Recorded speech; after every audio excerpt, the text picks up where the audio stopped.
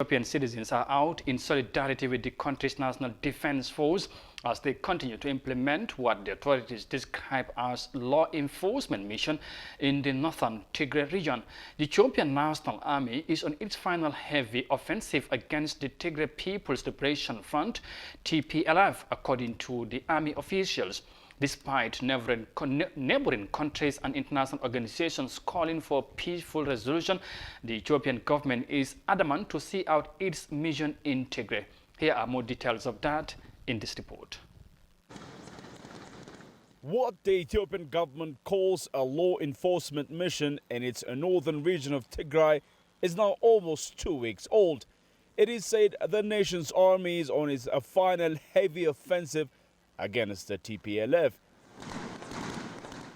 The mission of upholding the law and sovereignty is ongoing at the moment, strengthened more than the days before.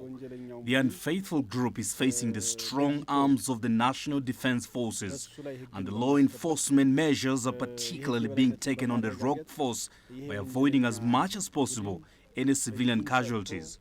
The mission now is gaining a number of victories in all battlefields and will continue this until the group surrenders for the constitutional order.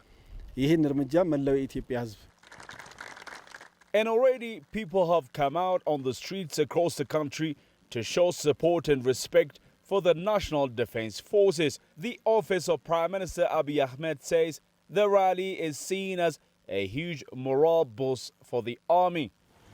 This 2-minute activity, which entailed standing in honor for the National Defense Forces and also giving them a morale boost and encouraging them that the Ethiopian people are behind them, are supporting them, and are also supporting the finalization of this rule of law operation with the minimum impact to civilians.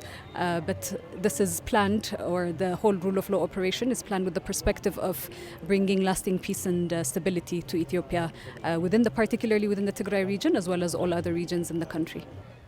Communication and power remain largely cut off in the Tigray regional state, and it's almost impossible to gain tangible information from that area.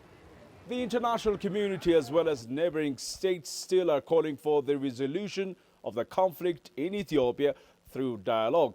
Such repeated calls are now being made by the UN, the African Union, and neighboring states such as Kenya and Sudan.